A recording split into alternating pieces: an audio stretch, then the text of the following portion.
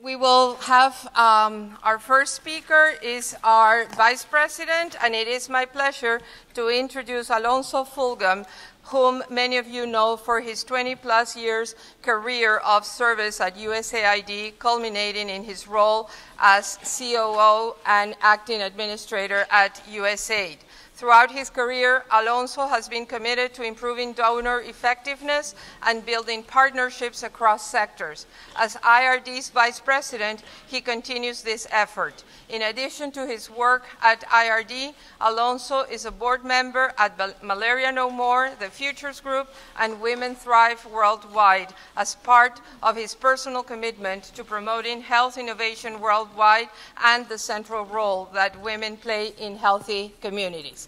Alonso, thank you.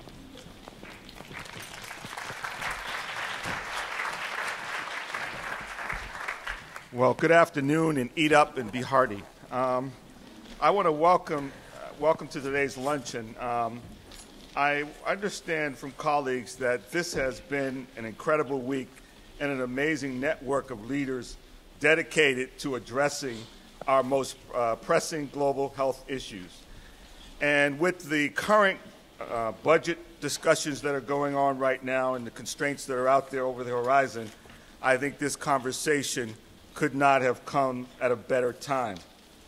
Today, we're going to take time to look at several case studies from Iraq to Cambodia that will provide us with lessons learned regarding the critical needs for and the challenges of developing health systems and solutions that are integrated.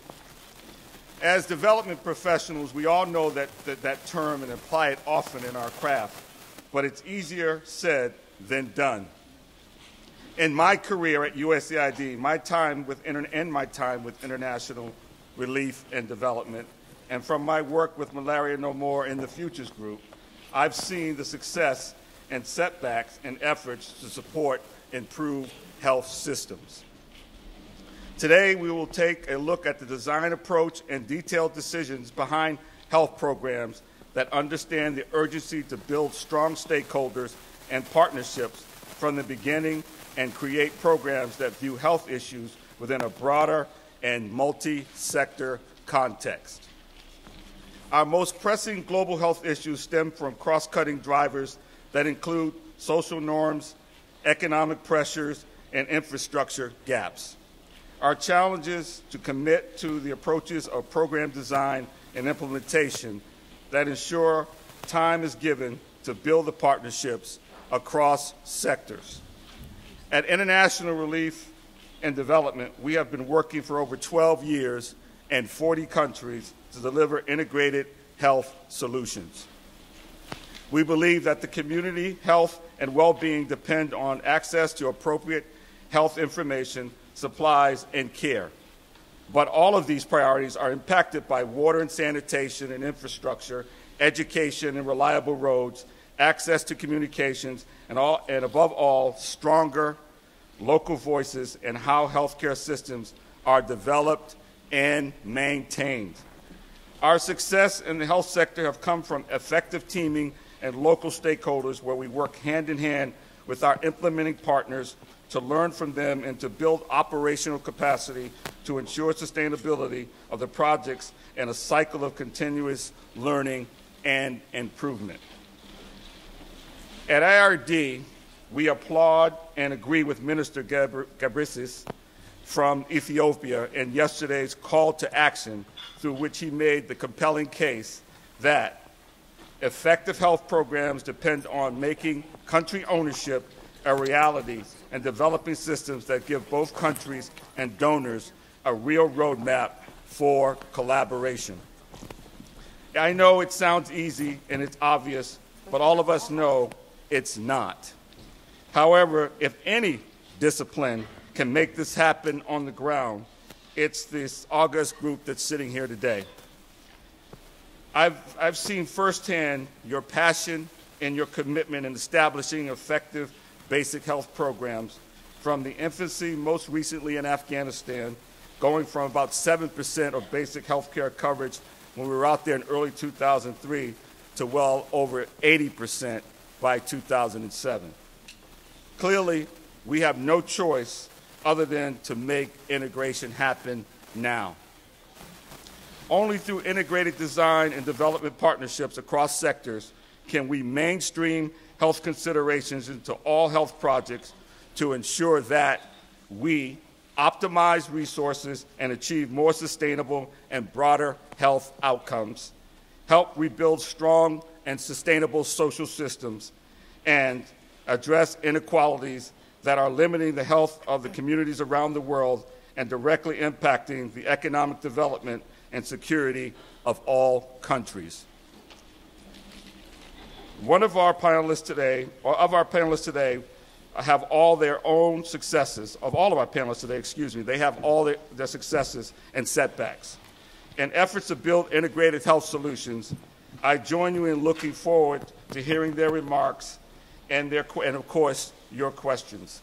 Milka, all yours. Thank you, Alonso. Thank you.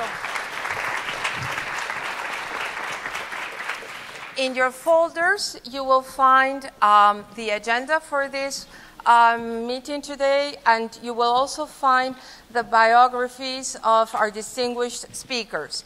Our first speaker from the academic world from Emory University, Ms. Mimi Kaiser.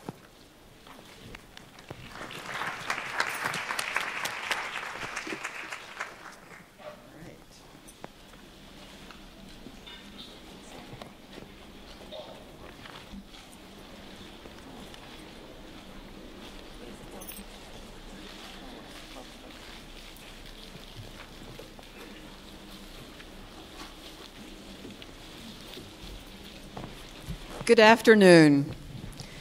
It's a pleasure being here, and thanks very much to International Relief and Development for the invitation and for assembling this panel and addressing what has been referred to as something we all know is important, but we don't know how to do it well yet. I want to say a little bit about who I am, my experience, so you'll know what lens I bring to the conversation today. I have spent the last many years what I call in the boundary zone or in collaborative space between leaders from different sectors and now in academia in the space between different disciplines. So I've been in the world of practice in terms of training and preparing leaders with skills at collaborating across multiple sectors, and now I find myself in an academic institution helping prepare and form new leaders at different intersections of different disciplines. And so it's the practice and academic link that I bring to the conversation today, as well as intersections between different disciplines. What I want to cover is just a bit about the role of academia in forming the next generation in the context of thinking about integration, and then a little bit about, from my perspective and experience, why integration makes sense, give you sort of some snippets of case examples of what we're doing at Emory that bridges the sort of broader view of health in preparing leaders, wanting to acknowledge some of the challenges, because I think it's important to name those and have them in the forefront for us, and then a little bit about some win-win opportunities as we look toward the future in terms of the next generation of leaders. Some of you may well know that in schools of public health around the country, global health in the last 10 years has exponentially become programmatically ways that schools of public health are identifying themselves and trying to sort of step up to the plate in thinking about how they prepare leaders for the world that we live in today. And related to the nature, this sort of broader view of health and the need to have integration across different sectors, in the current work around competency development in the Association of Schools of Public Health, I selected out a few of the competency areas that reflect a recognition that the next generation of leaders must be able to see the big picture of all the different facets that contribute to the health of individuals and communities. The ability to see at scale, but then think how to operationalize that in their own leadership practice. Related to that and critical in terms of thinking about ideas that the emerging leaders are exposed to in their education is this notion of engaged learning. The ability to apply these during their academic experience is paramount. Dealing with the complexity of our understandings now about what contributes to health and our commitments that we're making about dealing with multi-level, multifactorial complexity around health, it's essential that they have real intentional experiences during their professional preparation for seeing how to take that to the ground, how to make that work in reality. So a bit about why integration makes sense, at least from my perspective. Number one is that it is reality. We say that, we understand that when we're working directly in the real lives of people, but their lives are not categorized like we structure the world that has been created to serve them. So never ever forget that at the top of the list of what's driving the conversation of integration is the reality of people's lives on the ground, include all of the elements that we're trying to bring together and link and in efforts to address the needs of people. The way we've been doing development and health has not worked, and in the last 5 years or so, you hear that from very high-level people who are saying, look at the world that we've created, look at what we're still trying to work hard at doing. And yet, we do have, and I feel pretty excited about the tools that we have now to make sense of the complexity of the conditions, the different socio-ecological conceptual frameworks, in particular the social determinants of health framework. We have tools that help guide us through the maze of this complexity and help us align the strengths of different sectors to make the impact that we want to make. A bit about, and I'm showing this picture of real people and real lives to ground my words and my thoughts in the idea that I said was the most important, and that is the reality of people's lives. I'm going to speak a little bit more about, in a couple of minutes, about the course that we're in the middle of teaching with partners in a small university in Kenya. But in this class, there are 20 students from Kenya and 5 from Emory, from the United States. So this is a picture of the students and the faculty from both St. Paul's and Emory. And in the class, amongst the Kenyan students, there were students who were HIV positive and practitioners. So it was a combination of students from theology, their master's in development studies, and practitioners that had graduated from St. Paul's University and were working in the world in small community-based organizations or were religious leaders in congregations.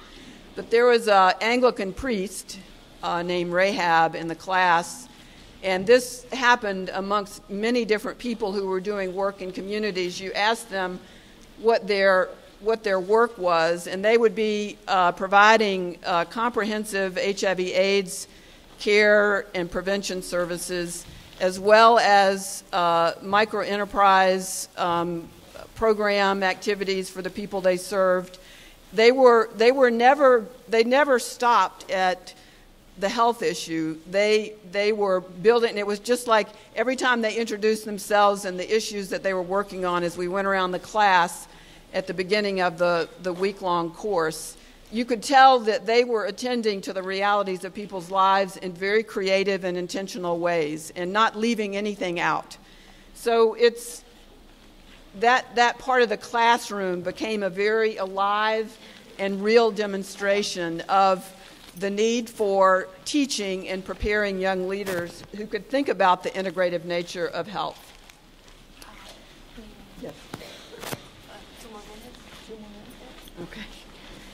We're doing many different things that stretch the breadth of the university's multidisciplinary efforts in terms of working across schools.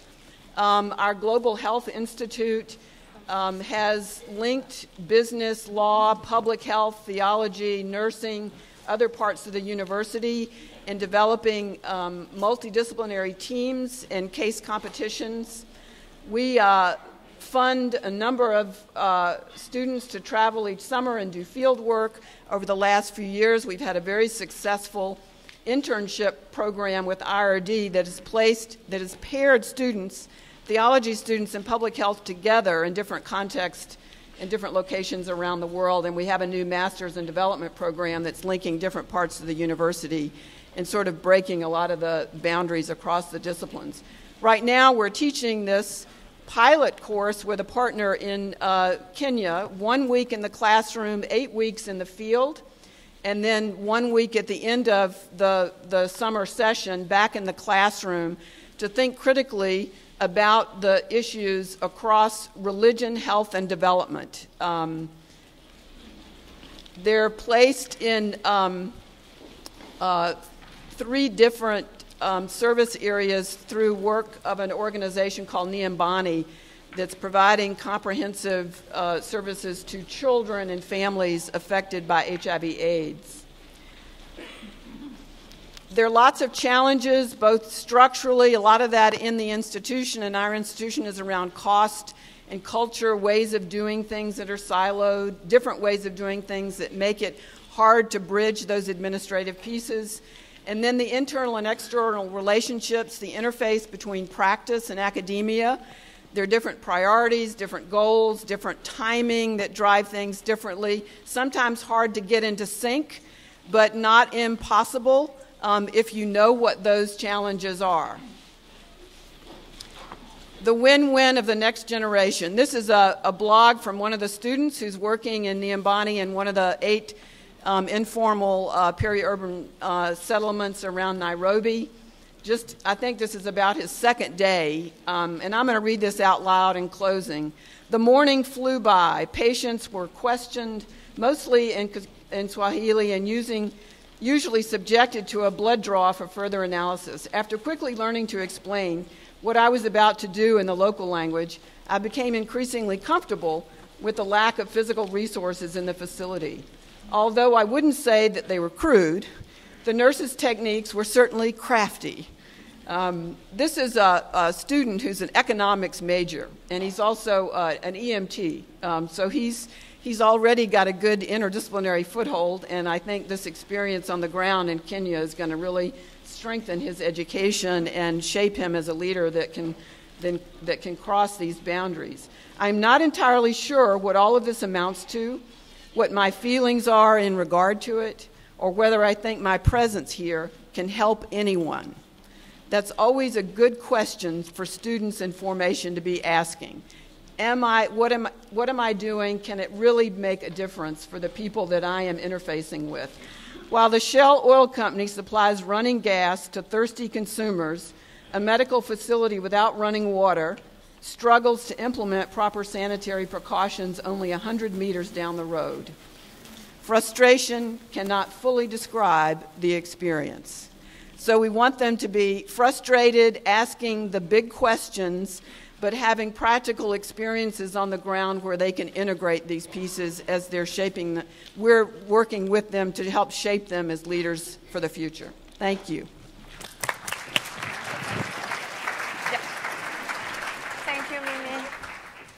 Thank you, Mimi. And as you heard, Mimi, we are partners with Emory University in several dimensions, which is one of the greatest benefits we find from pairing experience and implementation with the university and the academic world. Representing another very important IRD partner today from USAID, it's my pleasure to bring with you Ms. Marianne Abeta-Benke. Marianne.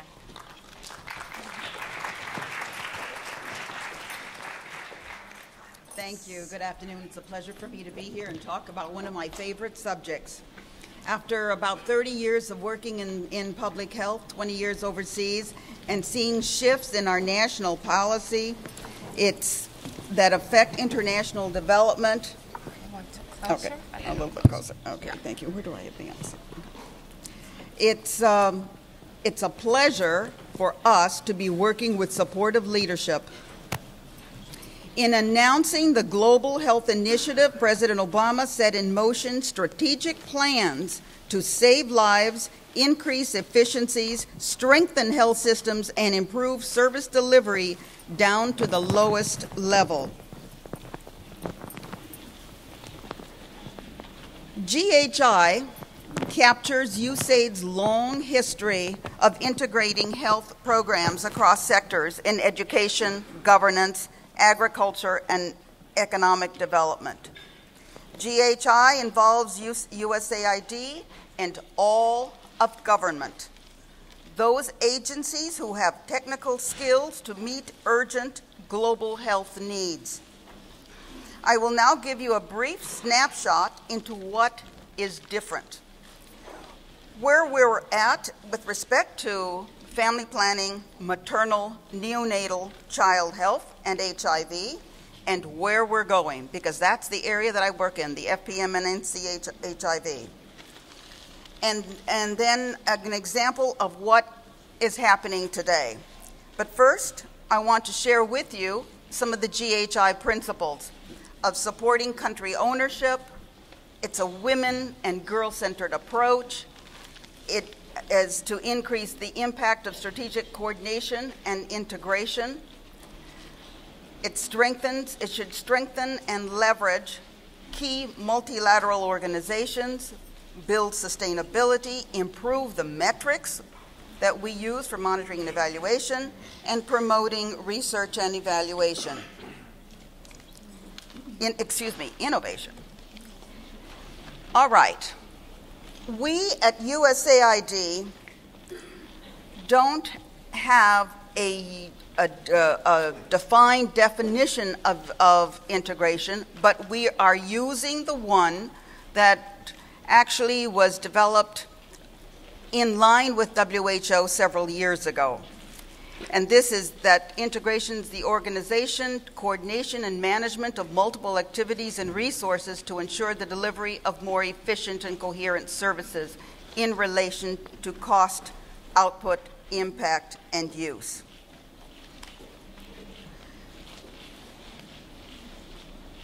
WHO goes a little bit further in working with us, and we have used a quotation from them, that people get the care they need when they need it in ways that are user-friendly and that achieves the desired results and provide value for money. The overall rationale for integration are claims of efficiency, one stop, lowering costs. Access improves demand and there's less stigma. Quality, that it improves client treatment and case management. It improves staff morale. Effectiveness of increased services. Impact. Some of the studies are showing decreased mortality, for example, in particularly newborn, as a result of the intervention. Sustainability, strengthened health systems, and equity, multiple services offered to hard-to-reach communities. At USAID, we use the word SMART, integration, because it should make technical, financial, and cultural sense. Integration is country-specific. Integration is not an end to itself, and often it is reliant on a base of a strong vertical program. 1 year ago, as we began to launch GHI, USAID began to look at how we can effectively integrate those programs under global health that we have direct responsibility for. So these included programs in population reproductive health, maternal child health, and HIV. In doing this, we were implementing smart integration and drawing on our best experiences, the best evidence to date, to strategically base our programs on the best practices in the best possible way to achieve the best impact. Not income, impact. I need some income too. All USAID countries are GHI and best countries, so we're putting all our best efforts in trying to integrate as best we can. I mention this because it forms the basis for a changing landscape. This slide shows the primary aim for global health in addressing the reproductive health and HIV concerns of women and girls through integrated service delivery. And down at the bottom, I want all of you to note, I am not the only one. There are specific integration advisors in each of the 3 global health offices at USAID that we work closely with across the offices for integration. Since 2004, we began to look at integration because we noticed that as the PEPFAR programs were increasing in size and volume and money, that we had to really look at integration slightly differently. So we began to put the pieces together in this integration. We're having to look at the biomedical aspects of integration, looking at adaptive, new, and combination technologies, looking at the interactions between antiretrovirals and hormonal contraceptives. We have to look at the programmatic evidence. We've got to look at what's happening in the countries because, yes, many of the countries, many of our partners, and many private NGOs are moving ahead, so we have to learn from that. We have to see what emerging evidence is coming from the field because we have some very good program researchers and implementers out there that are looking at data and beginning to contribute to the literature. And then last, a systematic review. And I mention the systematic review because USAID normally does not do or put much emphasis on Cochrane reviews. We generally do operational research. But at the beginning of GHI, we decided that we needed to set a baseline of what is out there in terms of integration. So we asked for a Cochrane review. There were over 10,000 articles and reports that were reviewed by the Cochrane Committee. Only 20 articles met the inclusion criteria that they had to be published in a peer-reviewed journal. A rigorous evaluation design had to have been conducted. The intervention had to be an organizational or management decision and have a strategy to link the services. Outcomes that we're looking at were health, behavioral, and process outcomes. The health outcomes were mortality, HIV incidence, or whether the woman got pregnant. For behavioral, we looked at contraceptive and condom use, uptake in HIV testing, or initiation of ARV therapy. Process outcomes included uptake of services, coverage and quality of services, cost effectiveness, and stigma. 14 other studies met the criteria but were not published. Those authors never published the results. So it didn't meet the original criteria, but we are looking at it. And they had some novel strategies in there for integration. All right, so what did the Cochrane tell us? These are the gaps in the literature. And all of you researchers in here, I want you to take note. You implementers, I want you to realize this. Because we rely on you. You guys have the power. You guys have, when you're out in the field, you can produce the data that we need, that your field, that your colleagues in other countries, other regions of the world need. So take a look at these gaps. It's really quite disturbing, and we have to begin to move forward to try to increase the rigor of our study designs. Increase the rigor of our study designs. We need cost data. There isn't any. Now, since 2008, when we had a large international meeting on integration, we did point this out, and the London School of Medicine, the POP Council, is in the process of doing a multi-country study right now that's looking at cost. It's a little difficult nowadays, but the studies did not show any comparisons of integrated services versus those that were offered alone. There was no long enough follow-up to measure the long-term effects of the interventions and the studies that we looked at.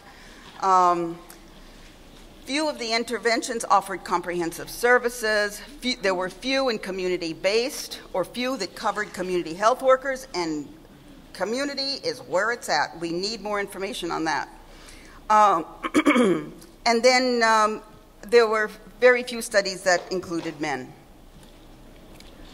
All right. This is okay, I better hurry real quick. Now, this is a subject that's very dear to me because it affects every woman and girl around the world. This is biomedical integration summary. And it's a snapshot of some of the biomedical issues that USAID tracks and tries to find money for because it is not well funded. For HIV-negative women, the issue of whether hormonal contraceptives increase the acquisition of HIV is not completely resolved. We know that progression is not accelerated for the contraceptives and the current ARVs that are being used. But we all know that these chemical drugs do change, and we want them to change. But it means another study has to be conducted.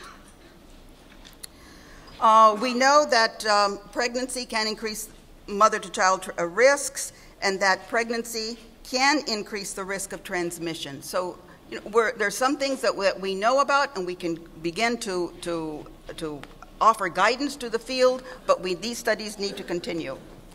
All right, there are some factors that promote integration. Please read them quickly before Milka turns me off here. The stakeholder support and interest, staff personality. Some of these are not new to you, and you probably can reconfirm them as you read them.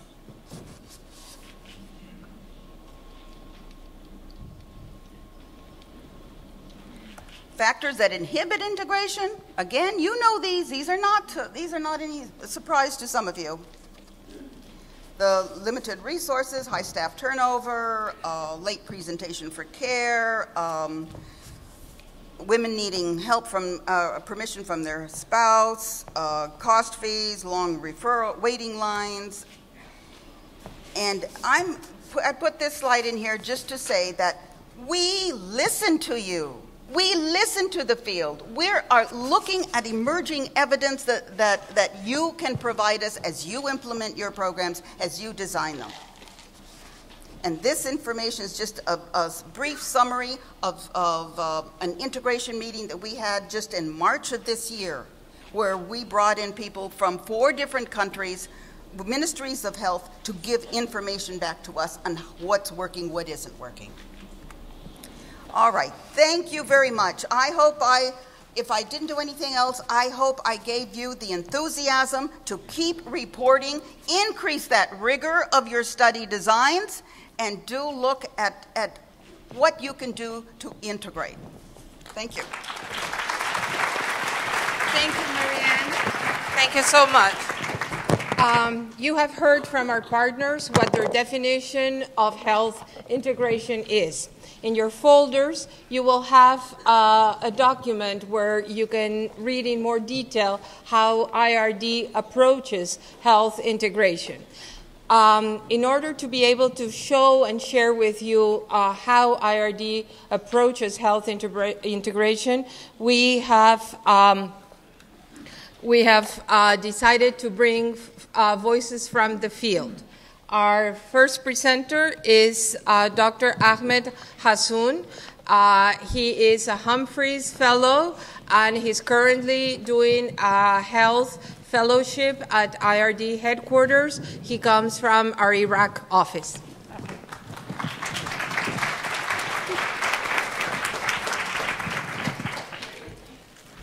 Thank you very much for having me here. I really feel privileged to be part of IRD family. And thank you very much for a distinguished guest. You can't hear me? What about this? Did you turn it on? It's on. Strong, higher. It's on.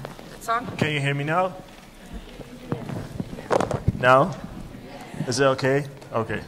If you don't hear me, just wave your hand and I can raise my voice. And if you don't understand my language, English is not my first language. It's the third one, so sorry if I'll make any mistake. Today we will talk about improving livelihood through health integration, especially with the IRD approach in Iraq. IRD approach in Iraq is a very distinguished approach, really. I'm from Iraq, I grew in Iraq, and I'm a medical doctor in Iraq, and I practice medicine in Iraq. What I saw with IRD projects and programs, especially the ICAP program, the third one, there was ICAP first, second, and the third one. This is a unique integration of services towards the community in Iraq. The main purpose is to foster the democracy concepts, but at the grassroots level. You cannot hear what the people needs, what the people requirements, unless there's a bridge and channel that connect the people towards the local governments, unless the people themselves practice the local governance. So what IRD did, establishing 100 plus community action groups. They are people who's in their community, they are leaders who represent the community needs, who can bridge the needs toward the district advisory council, local advisory council, and can make the voice heard by the government so they can be responded. The voices here will be heard by the government and by IRD. Thank for the USAID fund for that. The program is run in Baghdad and in Baqouba. Baqouba, it's a province outside Baghdad. But in total, there is 7.5 million. We are looking at a huge city with a growing population. There's over 15 districts within Baghdad and around 5 in Baqouba. But those two cities are the most affected during the coalition operation in 2003. The first part of ICAP 3 was concerning with the training. Most of the people who was in GACs or in district advisory council or neighborhood advisory council are elected. They have the power of influence over the people, but most of them lack the knowledge of how to manage the projects. So IRD integrate that by providing training or leadership of the knowledge area within the project management, cost, budget, monitoring, evaluations, roles, and responsibility. So far, we have over 200 training workshops reaching 6,000 participants. 6,000 that include the GACs and the members of the local governance, the DACs and the NACs. The second component is the infrastructure projects. You can't address health or local governance unless you have infrastructure within the cities and the communities. The infrastructures is mostly water sanitation projects, streets, schools, public health centers, hospitals, youth centers, community centers, and also power supplies, wide variety of infrastructure projects. The third component is the civilian victims. Unfortunately, that because of the collision operation in 2003, Iraq left out with thousands of those victims. Thanks to Marla Fund, IRD utilizing that funds to provide short-term medical care and also an integrated service for those victims by providing infrastructure rehab for their affected businesses or houses that were affected in 2003 due to the conflict and the operation at that time. and also provide with a grant to start a small business so they can support themselves. So this is a three-way integration to those victims. It's economical support, basic infrastructure support, and healthcare, and one full package for those victims.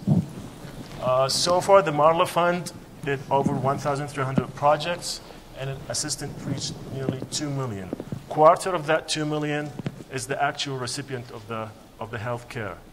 The 3/4 of the 2 million is their family members who got benefit either from having their household member being able to work, to go out, and to provide livings to their houses. So overall, we have 2 million beneficiaries from that fund. This is a sad story of Muhammad. Muhammad, he's an Iraqi citizen. He's 48 years old. He lost 2 of his legs due to the operation at that time. He was caught in the crossfire between the coalition force and insurgency, and he lost 2 legs. He's responsible for an entire family. He used to run his own private business, but nobody can hear his voice inside the community. What IRD did is to provide him with a short-term solution, to provide him with a prosthesis. Now he can walk, he can go to his job, and also provide him with a grant to establish his own business again. This is a one member that we help, but effectively that will help at least 5 family members within his families.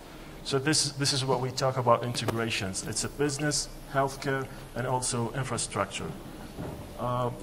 Another example is Bushra. She's 7 years old. She lost her entire family when a missile hit her house. The whole house destroyed, the entire family dead, and she was the only survivor. For a 7-year-old kid that no one can hear her voice, District Advisory Council, Neighborhood Advisory Council, what ICAP did is the community leaders and community action program were able to reach out to the local government and make the voice of Bushra heard by the government and by IRD program. What happened is IRD was able to rehab her house and to gather her again with her grandmother to have at least a family member that can live together. Without ICAP, community action programs, none of this can happen to Bushra. Most probably she will be in the street now. Overall achievements for the victims for IRD programs, over 109 projects, 33 clinics that serve nearly 1 million.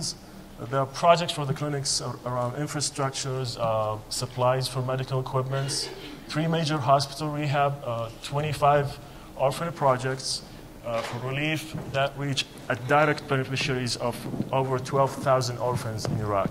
Most of those orphans happened due to the conflict that happened in 2003, wheelchair projects and various sanitation projects. What happened with the health integrations in general is that we overcome the big picture. Health system, healthcare system, economic development, those are objectives, they're not the goal. If we establish a state-of-the-art health system, this is an objective, that's not a goal. A goal is to establish a healthy community. Healthy community doesn't only need health services, they need economy, they need basic living, they need roads, they need mental health, they need the sense of security. If you cannot provide all the services integrated, this is not a healthcare system. Healthcare system is about having a healthy community. That's the overall goal. And I hope we will not miss that overall goal. Thank you very much.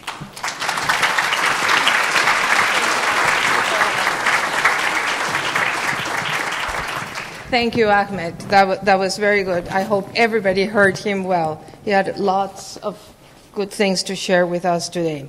Our second presenter, Dr. Albright? Our second presenter from IRD is Dr. Julia Albright. She's been with IRD for many years and has been a wonderful researcher in most of our nutrition and livelihood programs. Dr. Albright.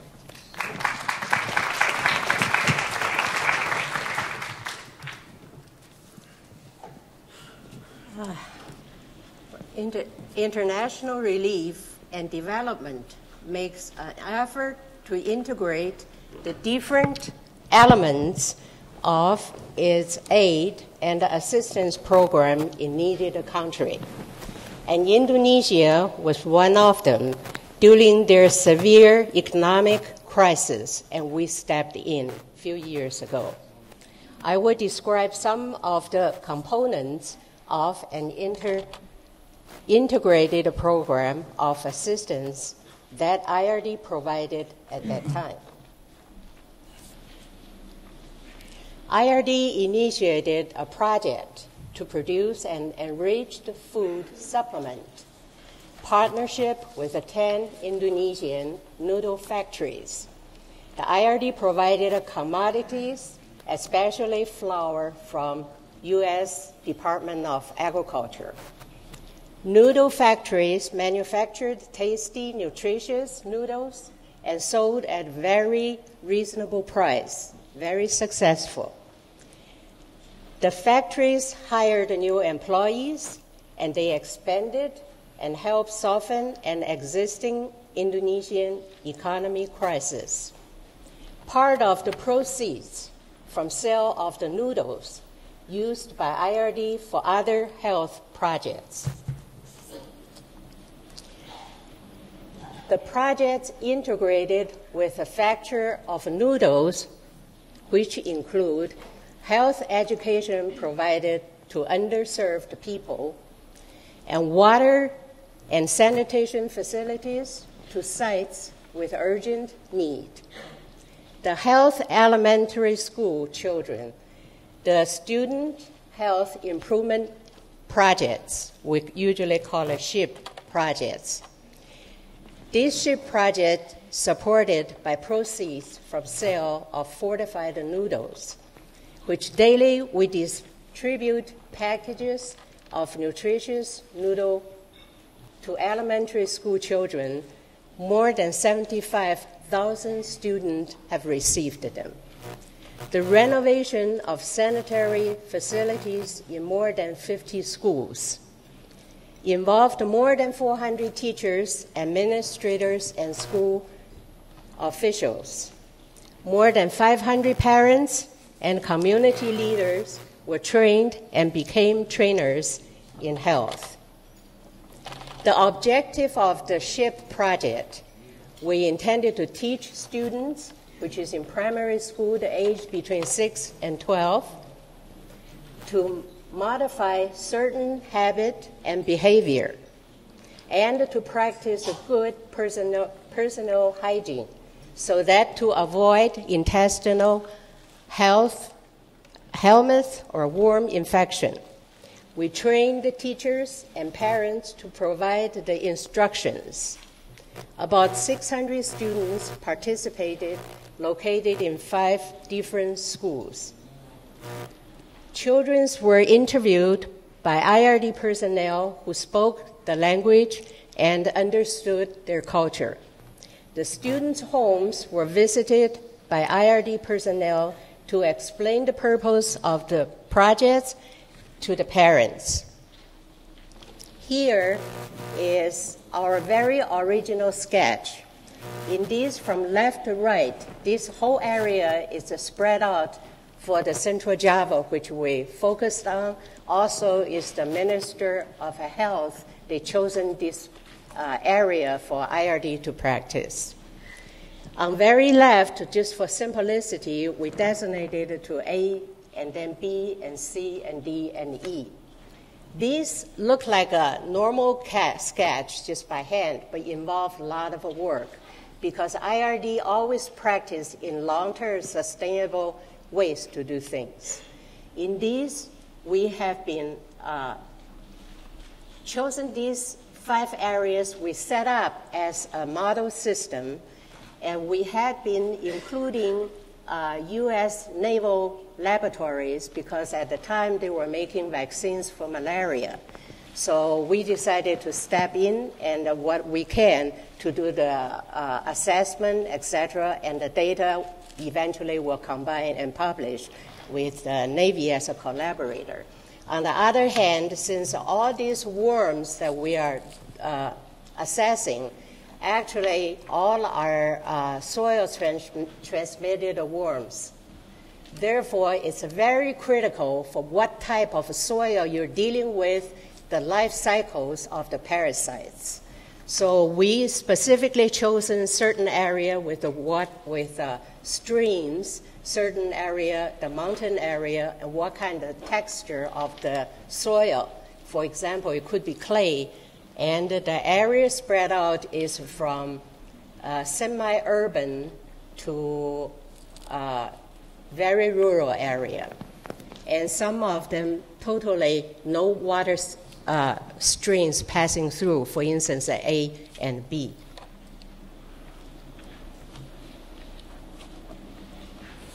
So in summary then, we revitalized and spurred growth of sustainable noodle industry. The noodles provided with low-cost supplemental nutrition at a time of need. In fact, we sold the noodle at the time for the regular populace. We sold more than 1 million packages to them per month. The proceeds supported other projects in education, sanitation, and nutrition. The snack noodles, tasty and nutritious, and provided to more than 5,000 school children. Restoration of sanitary facility at more than 50 schools. The demonstration that young children's behavior and hygiene can be appropriately modified to allow them to avoid the worm infection. The IRD model of a building or revitalized a food industry and integrated of other health-related projects have been adopted to not only Sri Lanka, Cambodia, and many other countries. For instance, right now we're practicing actually in South America.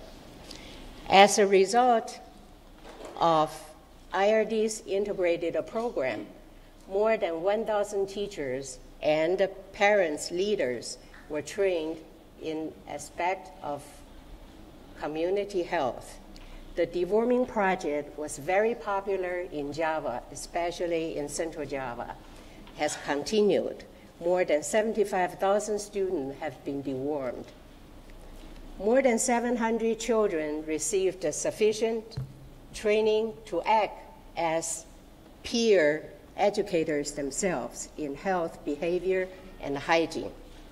And furthermore, WHO, World Bank, and London School of Hygiene and Tropical Medicine, with Burroughs Wellcome Trust Collaborative Program, we were invited to work on a project to update a global atlas of human worm infection.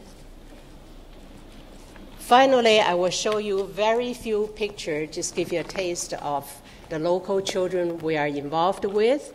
And the upper left, as you can see, those were the packages of our noodle. They are deep-fried noodles. They are not with any constitution like we use hot boiling water. First of all, because they were elementary school, we don't want anybody burned. And secondly, it was more tasty, and they thought there was a variety of Americans' chips, potato chips. So they are looking forward in the afternoon, and we provide them these as a snack. The reason as a snack is we want to be sure themselves are the people that eat, instead of they take a package home to share with their brothers and sisters, because usually they bribe them. So we, as a habit, we give them as mid-afternoon snacks. So all the varieties, we come in vegetable flavor and shrimp flavor, chicken flavor, and beef flavor. So their choice, whatever next following week they would like to have, the factory will deliver the flavor as their choice. And in fact, this noodle project is so well, and we expanded them. And as you see, the far right is made out of a bean flour and a rice flour. We make a certain kind of noodles for the population citizens. And also in the very center, the blue and the white color, and that is the package of milk, because we expanded to a soy milk and expanded the milk into the local ice cream. And the children all love that. So this kind of thing, we have biscuits, which is small packages on the second layer, on the bottom layer. So this is IRD's special logo type thing. We practice this also in many other countries, and I'm sure Cambodia is one of them followed. These are some of the evening PTA sessions, and the kids, the children here, they were so motivated. And I think it's the way that we try to make it like a games, like a variety, theatrical ways to present to them. So in turn, the children, they were so motivated, they started making their own lyric and play with their primary school's band. And I regret greatly, and because we had a plan to make CDs, and make them to make CDs and sell the CDs. Unfortunately, most of the kids are graduated, but the sixth graders, when they graduated, usually they get employed by noodle factory. So then the evenings they started teaching, and they teach in their own community as a peer educator. That's how we go to sixth grades and put it back into the community. Thank you. We publish so many papers. Thank you, Dr. Albright. IRD is present in 40 countries. We have more than 120 programs, and health is streamlined in most of those programs. Our last speaker, and coming from Cambodia, my colleague, and I have to read her last name, Somchit Buknasiri. And I pronounced it well, huh? Somchit. Thank you, Milka. This is my privilege to be here and to present some of our work in, not our work, I mean IRD work in Cambodia. And in regard to integrated approach to addressing nutrition challenges. So since 2004, IRD has been focused on addressing pronounced nutrition and childcare challenges in Cambodia, including 30% of children under 5 years are underweight, 40% are stunted, and among them 14% severely stunted, and 11% of them are wasted. 40% of women of reproductive ages and 50% of pregnant women are anemic, and the prevalence of low birth weight is 14%. And this is data that we taken from just recently from 2010 Cambodia Demographic Health Survey in 2010.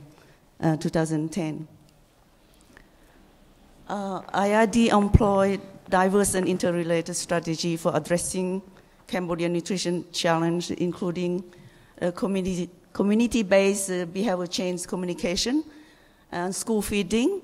And this school feeding, we just sort of brought in some of the school girls from ninth grade to come and to participate in our cooking demonstration and nutrition education and then to mingle with some of the mother with the children when they have this feeding session going. We have also the water sanitation, food security, and food fortification. As we all know that the cause of infant and childhood malnutrition are multidimensional. Actually, there's no silver bullet solution to nutrition existed. So we work in one area, such as water sanitation, but reinforce work in other sectors, such as food security. So our key components of our IRD approach in Cambodia is like promoting behavior change around infant and young child feeding and maternal nutrition, improving water and sanitation, addressing food insecurity, and supporting industrial food fortification. So at the moment, IRD implemented a USAID-funded Child Survival Health Grant Program entitled Enrich. So the project includes the 4 objectives. So the first one is reduce the prevalence of child malnutrition. The second one is reduce the burden of diarrhea disease. The third one is improve pregnancy and newborn outcomes. And the fourth one is increase the healthy timing and spacing of pregnancy.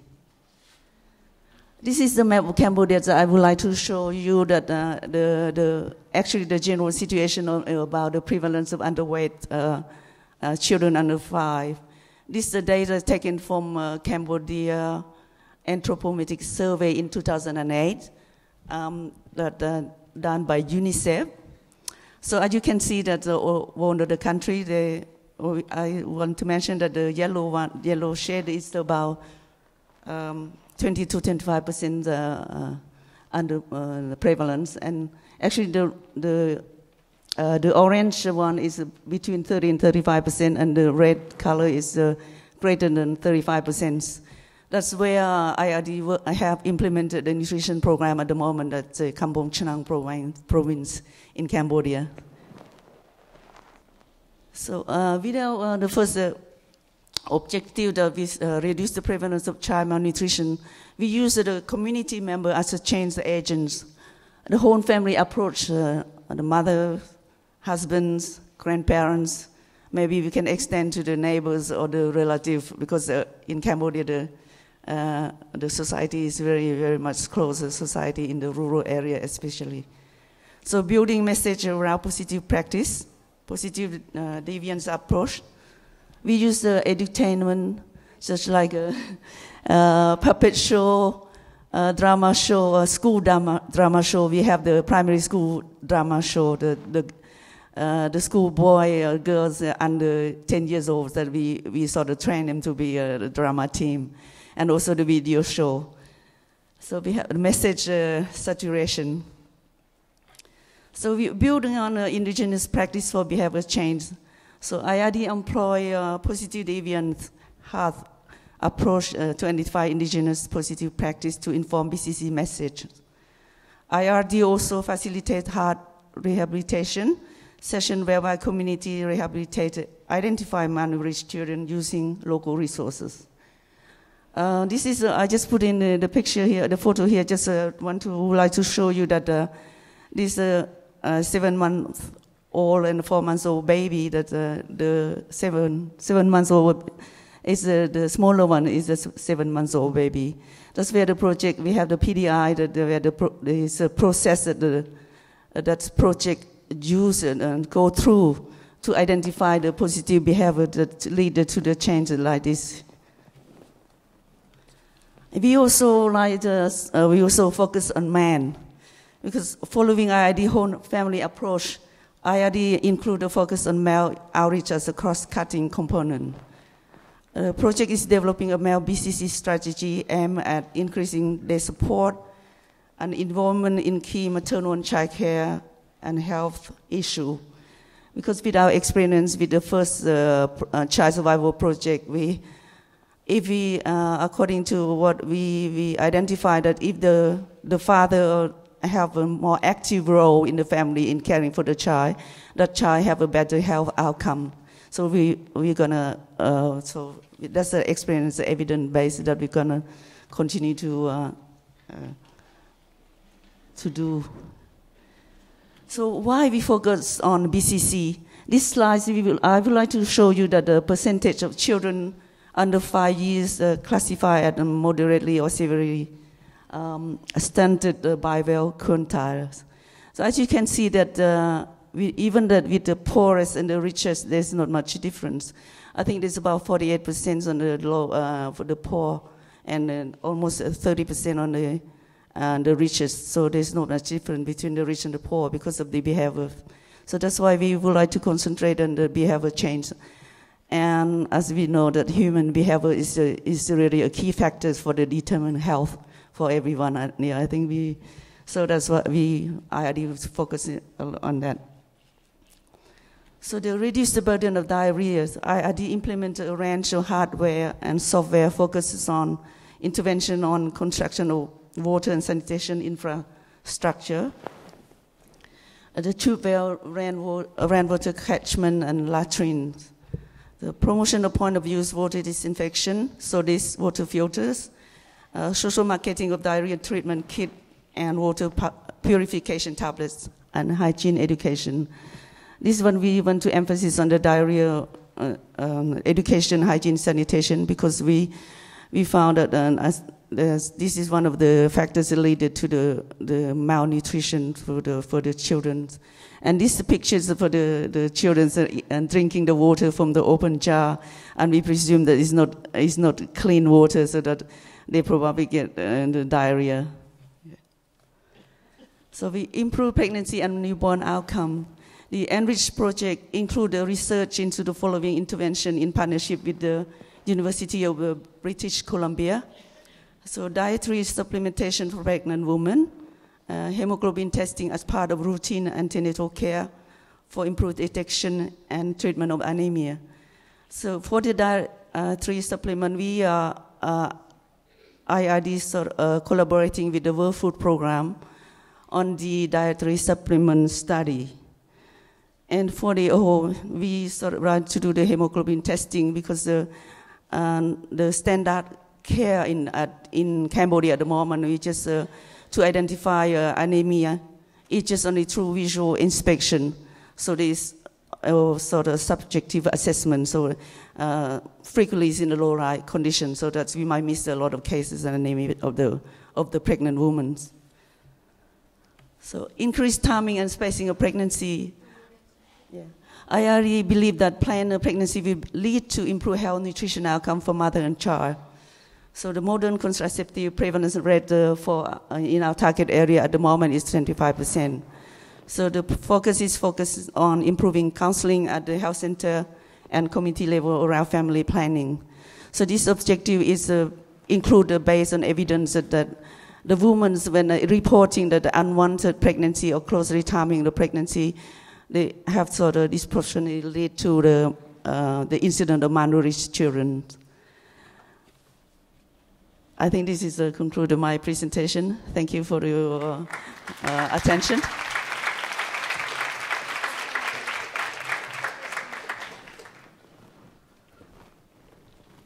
We have really tried to do a world tour in 25 minutes. I hope we have accomplished that big challenge.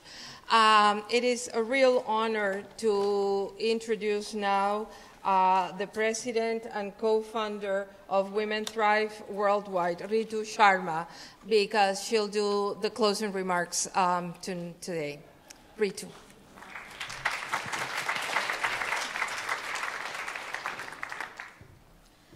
I'm so impressed, and I want to congratulate you all on really the truly incredible things that you're doing around the world to save the lives of women, children, and their families. So congratulations, and I really just want to give you another round of applause. So thank you. My job is to do a few things on behalf of this field of global health. One is to make sure that the U.S. Congress, at the very least, does not cut its level of support for the critical areas that you work on, and over the long term will increase that level of support.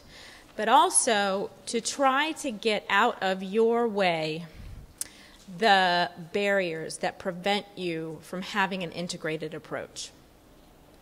About 3.5 years ago, there was a group of development policy wonks, I guess is the best way to term it, that came together and created something called the Modernizing Foreign Assistance Network.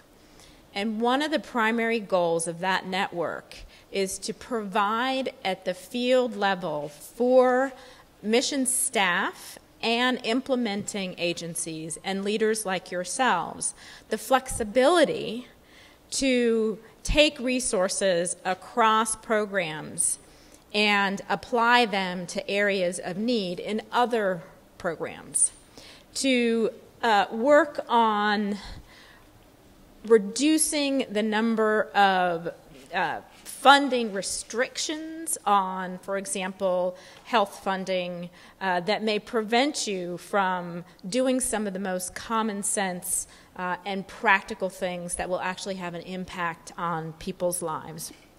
So I want you to know that supporting what you are trying to do at the field level is a whole infrastructure of advocates who are working very hard on your behalf.